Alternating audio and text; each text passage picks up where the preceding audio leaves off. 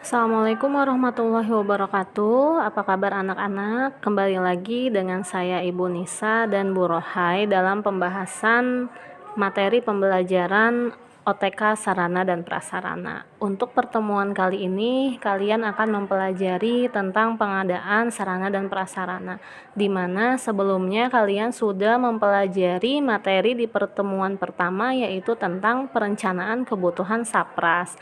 Nah, setelah kalian mempelajari tentang perencanaan kebutuhan SAPRAS, maka langkah selanjutnya adalah melakukan pengadaan sarana dan prasarana. Nah, kita akan bahas apa saja sih materi-materi yang ada di pembahasan tentang pengadaan sarana dan prasarana. Yang pertama, kita akan bahas pengertian pengadaan terlebih dahulu. Sebelumnya, kalian sudah tahu apa sih itu pengadaan?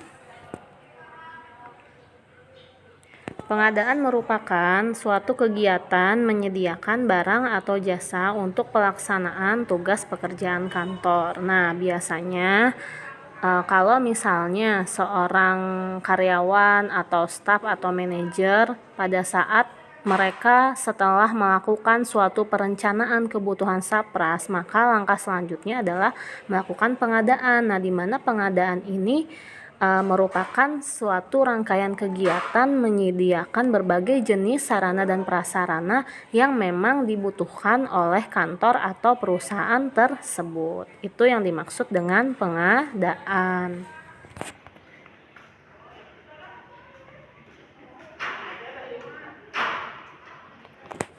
Selanjutnya, kita masuk ke jenis-jenis kegiatan pengadaan sarana dan prasarana, di mana jenis-jenis kegiatan SAPRAS ini dibagi menjadi 8 macam. Yang pertama ada pembelian. Nah, untuk melakukan suatu pengadaan SAPRAS ini bisa dilakukan dengan berbagai macam cara. Yang pertama dengan cara pembelian. Nah, pembelian di sini maksudnya adalah cara umum yang biasa dilakukan oleh kantor. Jadi dengan membeli barang kebutuhan sarana prasarana dengan cara menyerahkan sejumlah uang kepada penjual. Artinya membeli langsung, membeli secara langsung barang SAPRAS yang memang dibutuhkan oleh perusahaan. Itu yang dimaksud dengan cara pembelian. Lalu yang kedua dengan cara penukaran.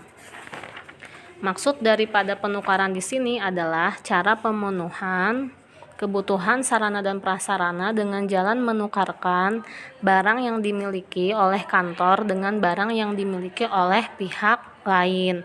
Jadi maksudnya di sini adalah sarana dan prasarana yang sudah tidak bermanfaat lagi bagi kantor itu ditukarkan dengan barang milik kantor lain gitu yang memang masih bisa digunakan. Nah, selanjutnya yang ketiga, pengadaan bisa juga dengan penerimaan hibah. Nah, penerimaan hibah di sini maksudnya adalah dengan menerima pemberian sukarela dari pihak lain. Nah, biasanya kalau penerimaan hibah ini bisa berasal dari pemerintah pusat maupun daerah maupun pihak swasta. Selanjutnya yang keempat dengan cara rekondisi atau perbaikan. Nah, kalau rekondisi atau perbaikan di sini maksudnya adalah apabila ada sarana dan prasarana kantor yang telah mengalami kerusakan, maka cara pengadaannya dengan melakukan perbaikan atau rekondisi, memperbaiki sarana prasarana yang rusak dan bisa digunakan kembali sebagaimana mestinya. Baik, selanjutnya jenis kegiatan pengadaan SAPRAS itu bisa juga dilakukan dengan cara produksi sendiri. Maksud daripada produksi sendiri di sini adalah cara pemenuhan kebutuhan kantor melalui pembuatan sendiri yang dilakukan oleh karyawan kantor yang bersangkutan. Jadi maksudnya adalah di mana ada barang-barang yang memang dibutuhkan oleh kantor, mereka membuat sendiri barang tersebut. Siapa yang membuat? Ya biasanya para karyawan itu sendiri. Nah, kegiatan produksi sendiri ini biasanya bisa melatih kreativitas atau bisa melatih juga jiwa kewirausahaan para karyawan. Nah, selanjutnya dengan cara penyewaan. Maksud dari cara penyewaan di sini adalah dengan jalan memanfaatkan sementara barang milik pihak lain untuk kepentingan kantor, dan kantor tersebut dengan cara membayarnya berdasarkan perjanjian sewa menyewa. Dan yang ketujuh ada dengan cara pendaur ulangan. Nah, kalau pendaur ulangan di sini maksudnya adalah cara pemenuhan kebutuhan sarana dan prasarana kantor dengan memanfaatkan barang bekas agar dapat digunakan kembali untuk kepentingan kantor. Artinya barang-barang yang ada di kantor atau barang-barang bekas, barang-barang yang sudah tidak dipergunakan itu bisa didaur ulang kembali menjadi barang yang memang bisa dipakai sesuai dengan kebutuhan kantor tersebut. Nah, yang terakhir dengan melakukan peminjaman. Nah, kalau untuk peminjaman ini hampir sama dengan poin di penyewaan, di mana cara pemenuhan kebutuhan saprasnya dengan cara memanfaatkan barang pihak lain untuk kepentingan kantor secara sukarela sesuai dengan perjanjian pinjam meminjam. Kalau bedanya sih kalau penyewaan itu dengan cara membayar ya, tapi kalau meminjam itu secara sukarela, berarti tidak ada istilahnya pembayaran ya, karena di sini hanya sesuai dengan perjanjian pinjam meminjam antara pihak perusahaan dengan pihak lain.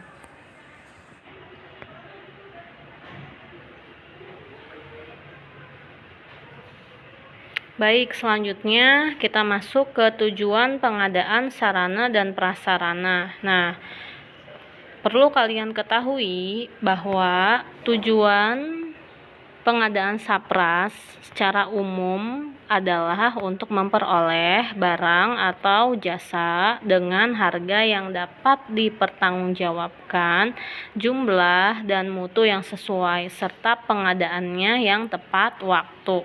Nah, di sini ada tujuan pengadaan sarana dan prasarana menurut pasal 107 Peraturan Presiden Nomor 54 Tahun 2010.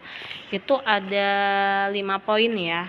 Yang pertama, dengan melakukan suatu pengadaan sarana dan prasarana, tujuannya bisa meningkatkan transparansi dan akuntabilitas. Maksudnya adalah bisa meningkatkan keterbukaan dan pertanggungjawaban atas pengadaan sapras.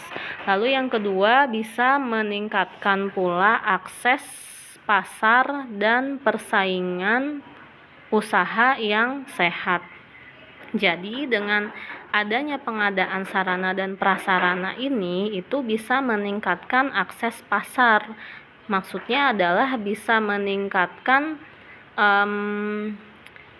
daya pasar, atau misalnya kita bisa dengan mudah mengakses siapa saja sih perusahaan-perusahaan yang mengadakan atau perusahaan-perusahaan yang menyiapkan barang atau jasa yang memang dibutuhkan oleh perusahaan tersebut. Dan persaingan usaha yang sehat maksudnya di sini adalah jadi pihak-pihak yang memang pihak-pihak lain gitu yang memang mereka di bidang sarana dan prasarana itu bisa bersaing secara sehat gitu ya. Yang ketiga, memperbaiki tingkat efisiensi proses pengadaan. Nah, dengan adanya pengadaan sarana dan prasarana ini bisa meningkatkan proses pengadaan sapras lebih efisiensi lagi. Artinya di sini lebih kepada meminimalisir dana dan daya untuk mencapai kualitas dan sasaran yang telah ditetapkan. Lalu yang keempat, mendukung proses monitoring dan audit. Maksudnya di sini adalah apabila kita sudah mengadakan atau kita sudah melakukan pengadaan sarana dan prasarana dengan baik, dengan benar, maka itu bisa mengontrol proses pengadaan dan mengaudit proses pengadaan itu jauh lebih mudah. Dan yang terakhir, memenuhi kebutuhan akses informasi yang real time. Maksudnya di sini ketika kita melakukan suatu pengadaan SAPRAS itu bisa memenuhi kebutuhan akses atau mempermudah mengakses informasi apa saja sih tentang pengadaan SAPRAS, atau misalnya barang-barang apa saja sih yang memang dibutuhkan oleh perusahaan gitu. Jadi apa yang dibutuhkan itu sesuai dengan proses pengadaannya.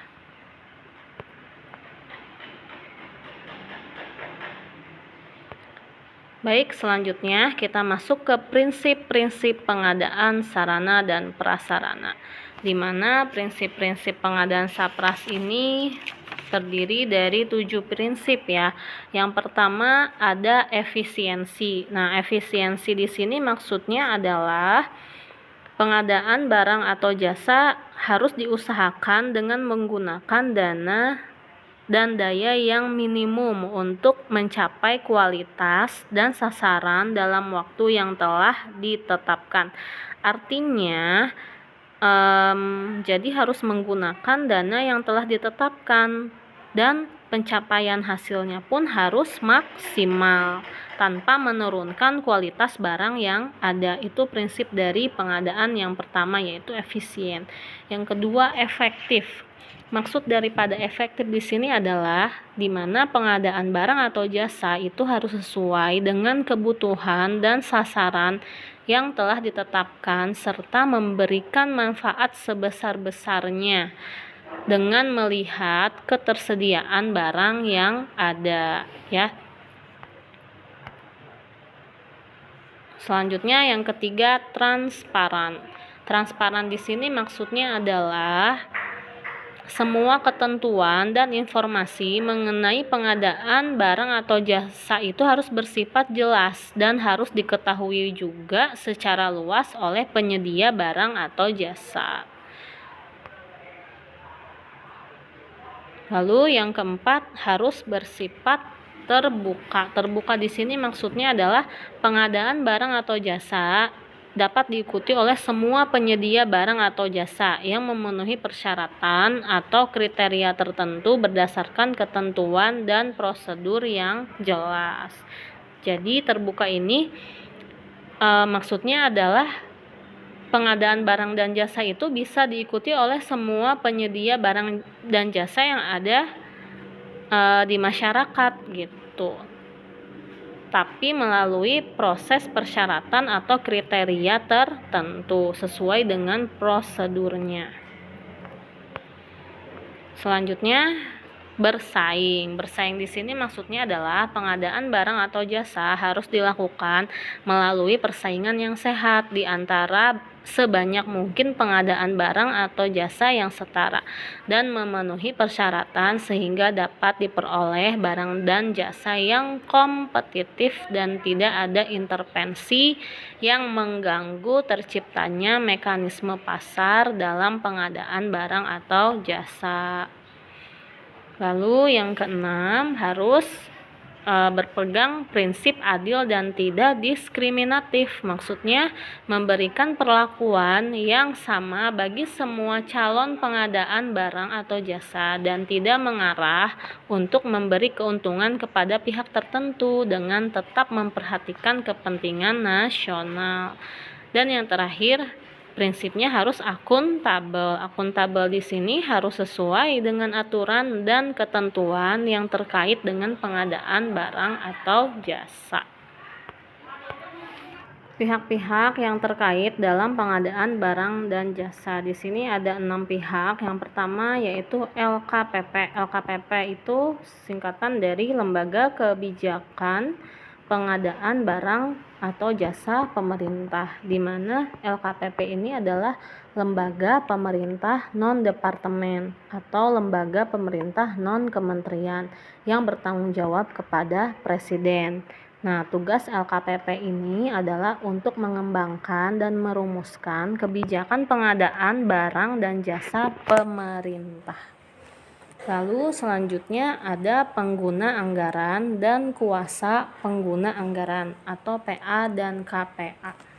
Nah, pengguna anggaran biasanya adalah seseorang dengan jabatan tinggi pada instansi yang membuka pengadaan barang dan jasa. Misalnya, pengguna anggaran pada kementerian yaitu menteri.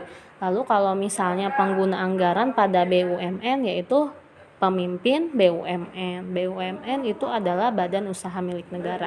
Dan demikian juga dengan lembaga-lembaga lainnya. Nah, jadi tanggung jawab penuh atas pengguna anggaran PA yang telah disediakan untuk pengadaan barang jasa berada di tangan PA sebagai pembawa anggaran dan kebijakan. Kalau kuasa pengguna anggaran itu biasanya terdiri dari satu orang atau beberapa orang yang memiliki kekuasaan terhadap operasional anggaran yang disediakan untuk pengadaan barang dan jasa pemerintah tersebut. Selanjutnya ada penjabat pembuat komitmen atau PPK.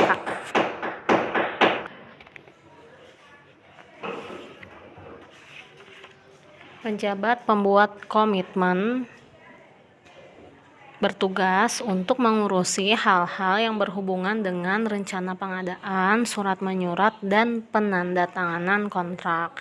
Lalu selanjutnya yang keempat ada unit pelayanan pengadaan, di mana unit pelayanan pengadaan ini merupakan pihak yang dibentuk oleh instansi pemerintah pemberi lowongan pengadaan barang dan jasa kepada pihak yang akan terlibat langsung dalam proses pengadaan tersebut. Yang kelima, panitia atau pejabat penerima hasil pekerjaan, di mana merupakan sekelompok orang atau seseorang dari lingkungan PNS atau BUMN dan instansi yang bersangkutan bertugas menerima hasil pekerjaan. Pekerjaan di sini adalah pekerjaan tentang pengadaan barang dan jasa pemerintah pada instansi masing-masing. Nah, yang keenam atau yang terakhir adalah penyedia barang atau jasa rekanan atau kontraktor, di mana penyedia barang atau jasa ini merupakan perseorangan atau suatu badan usaha yang menjadi penyedia barang atau jasa yang dibutuhkan instansi pemerintah atau lembaga terkait. Nah, biasanya penyedia barang atau jasa ini dipilih berdasarkan beberapa metode, di antaranya penunjukan langsung, bisa melalui seleksi atau pelelangan. Kita lanjutkan ke pembahasan berikutnya, yaitu tentang metode pengadaan. Nah, di sini ada beberapa metode pengadaan. Yang pertama ada pelelangan, pengadaan langsung, petunjuk langsung, kontes, dan melalui swakelola pengadaan barang dan jasa pemerintah. Kita bahas satu persatu. Untuk metode pengadaan yang pertama yaitu melalui pelelangan, di mana metode itu adalah tata cara dalam pemilihan penyediaan barang yang digunakan untuk melakukan pemilihan penyedia barang atau jasa yang dilakukan oleh pemerintah Indonesia. Nah, di sini ada 5 metode. Kita bahas yang pertama yaitu pelelangan, di mana pelelangan ini merupakan metode pemilihan penyedia barang atau pekerja konstruksi atau jasa lainnya untuk semua pekerjaan yang dapat diikuti oleh semua penyedia barang atau pekerjaan jasa lainnya yang memenuhi syarat. Itu yang dimaksud dengan pelelangan. Lalu yang kedua dengan cara penunjukan langsung, di mana penunjukan langsung ini adalah metode pemilihan penyedia barang atau jasa dengan cara menunjuk langsung suatu penyedia barang atau jasa. Jadi langsung ditunjuk kalau untuk pelelangan itu sendiri biasanya banyak yang mengikuti penyedia. Jadi banyak penyedia barang atau jasa yang ikut serta gitu ya dalam melakukan penyediaan barang atau jasa. Nah, nanti dari pelelangan itu biasanya dipilih gitu siapa yang memang memenuhi persyaratan sesuai dengan prosedur yang dilakukan oleh perusahaan atau instansi tersebut. Kalau petunjuk langsung itu metodenya langsung dipilih aja gitu oleh perusahaan. Jadi perusahaan langsung memilih siapa penyedia barang dan jasa yang mereka kehendaki gitu. Lalu yang ketiga ada pengadaan langsung. Kalau pengadaan langsung salah satu metode pemilihan di mana pengadaan barang atau jasa langsung kepada penyedia barang atau jasa tanpa melalui proses pelelangan atau proses seleksi. Nah, yang keempat melalui kontes. Nah, kontes di sini adalah metode pemilihan penyedia barang yang memperlombakan barang atau benda tertentu yang tidak mempunyai harga pasar dan yang harga atau biayanya tidak dapat ditetapkan berdasarkan harga satuan. Nah, itu yang dimaksud dengan metode kontes. Selanjutnya yang terakhir, swakelola pengadaan barang dan jasa pemerintah. Nah, kalau untuk swakelola di sini biasanya mengandalkan sumber daya yang ada di dalam instansi tersebut untuk merencanakan, mengorganisasi, mengerjakan, dan mengawasi secara mandiri proses pengadaan barang dan jasa. Jadi, kalau untuk swakelola pengadaan barang dan jasa pemerintah ini caranya dengan mengandalkan sumber daya yang ada di dalam instansi tersebut dan dikelola sendiri oleh instansi tersebut.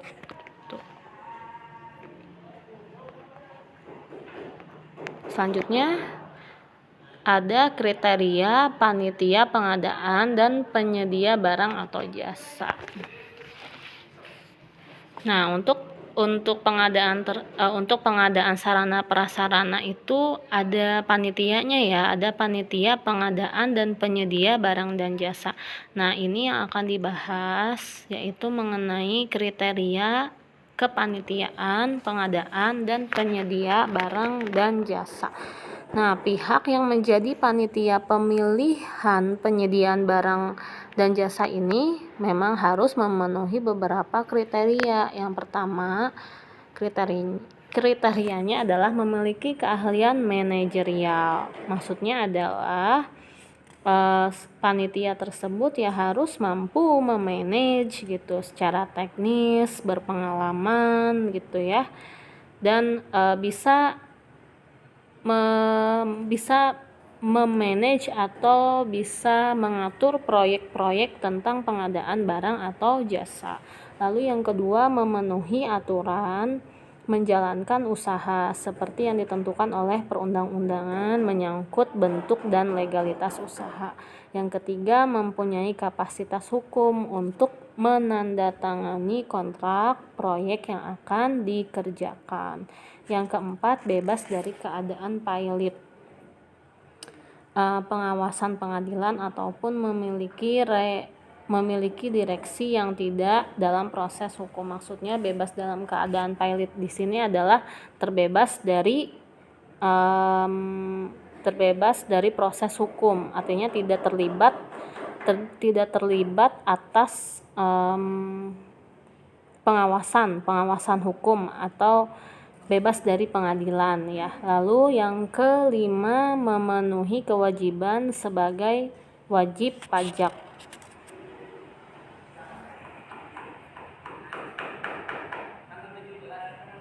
Selanjutnya ada etika pengadaan berdasarkan pasal 7 Peraturan Presiden nomor 6 tahun 2018.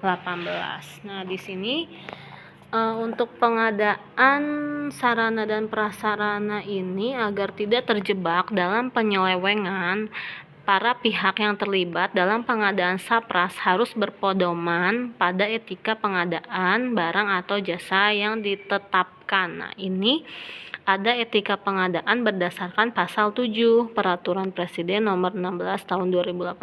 Yang pertama, melaksanakan tugas secara tertib, harus disertai dengan tanggung jawab untuk mencapai sasaran, kelancaran, dan ketetapan tujuan pengadaan barang atau jasa. Yang kedua, harus bekerja secara profesional, mandiri, dan menjaga kerahasiaan informasi. Jadi harus dirahasiakan untuk mencegah penyimpangan dalam pengadaan barang atau jasa. Yang ketiga,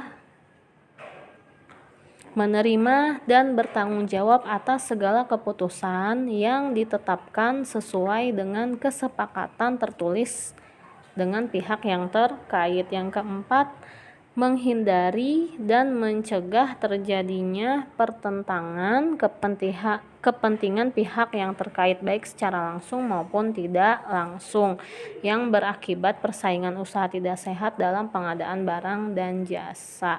Jadi harus dihindari tuh yang namanya pertentangan antara pihak terkait. Lalu yang kelima, menghindari dan mencegah pemborosan atau kebocoran keuangan negara. Yang keenam, menghindari dan mencegah penyalahgunaan wewenang atau kolusi. Nah, ini tidak boleh melakukan penyalahgunaan wewenang ya atau kolusi, artinya tidak boleh memanfaatkan kewenangan yang sudah diberikan.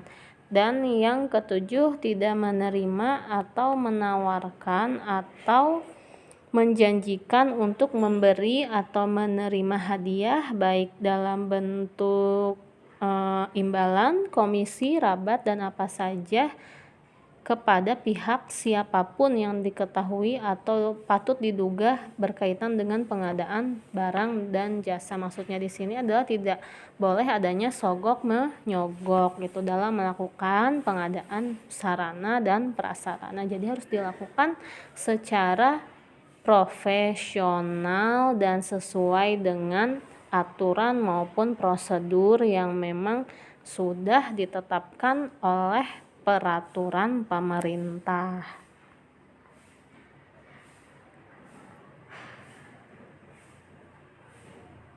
Ya, baik, itulah pembahasan pertemuan untuk hari ini. Terima kasih, semoga materinya bermanfaat untuk kalian dan kalian bisa memahami materi tersebut dengan baik.